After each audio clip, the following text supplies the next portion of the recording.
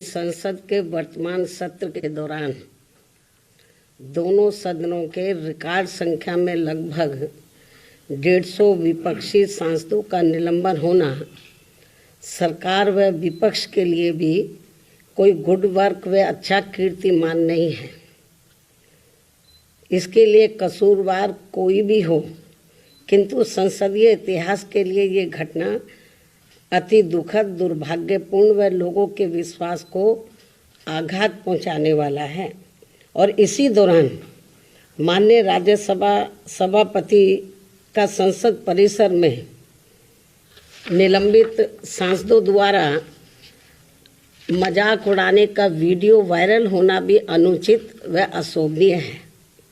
इस प्रकार से सरकार और विपक्ष के बीच जबरदस्त मतभेद, तनाव व टकराव वाली घटनाओं से देश के लोकतंत्र एवं संसदीय परंपराओं को शर्मसार होने से बचाना बहुत जरूरी है।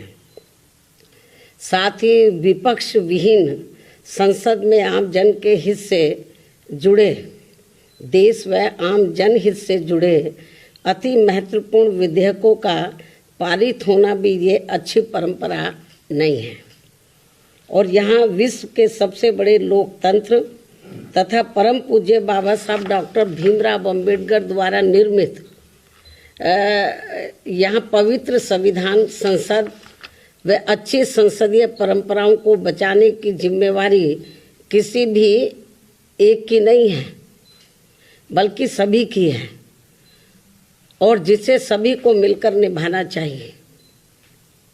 इतना ही नहीं, बल्कि अभी हाल ही में संसद की सुरक्षा में जो सेंध लगाई गई है, ये भी कोई ठीक नहीं है।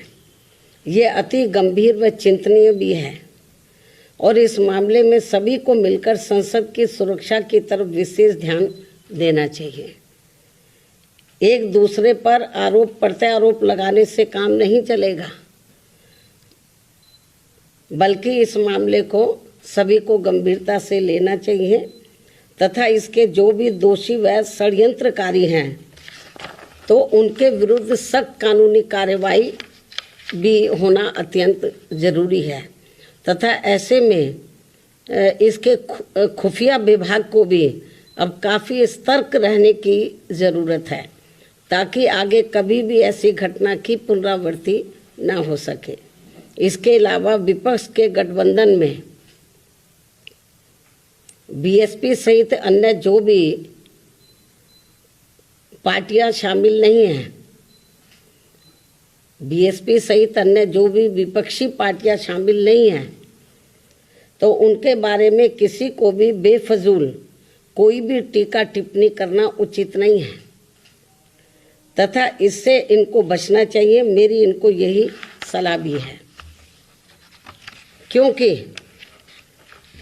भविष्य में देश व जनहित में कब किसको किसी की भी जरूरत पड़ जाए, ये कुछ भी कहा नहीं जा सकता है। अर्थात फिर ऐसे लोगों को व पार्टियों को भी काफ़ी शर्मिंदगी उठानी पड़े, ये ठीक नहीं है। और इस मामले में खासकर समाजवादी पार्टी इस बात का जीता जागता उदाहरण भी है। इसके अलावा यहाँ मैं ये भी कहना चाहूँगी कि हमारी पार्टी पूर्ण रूप से धर्मनिरपेक्ष पार्टी है, और यहाँ अपने देश में विभिन्न धर्मों को मानने वाले लोग रहते हैं तथा उनके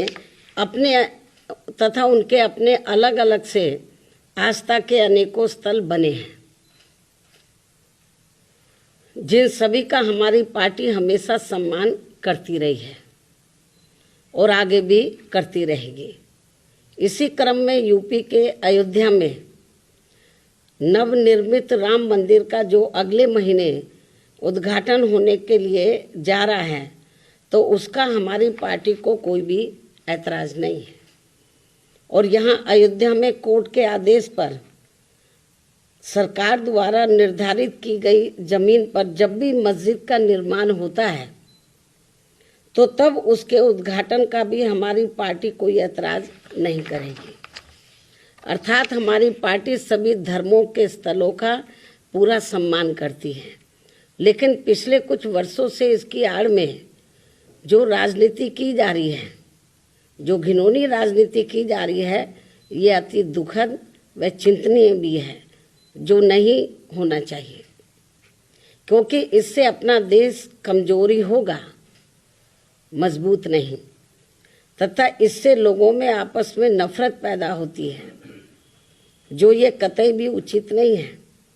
इस बात का भी सभी को पूरा ध्यान रखना चाहिए। इन्हीं कुछ खास बातों के साथ ही अब मैं अपनी बात यही समाप्त करती हूँ। धन्यवाद।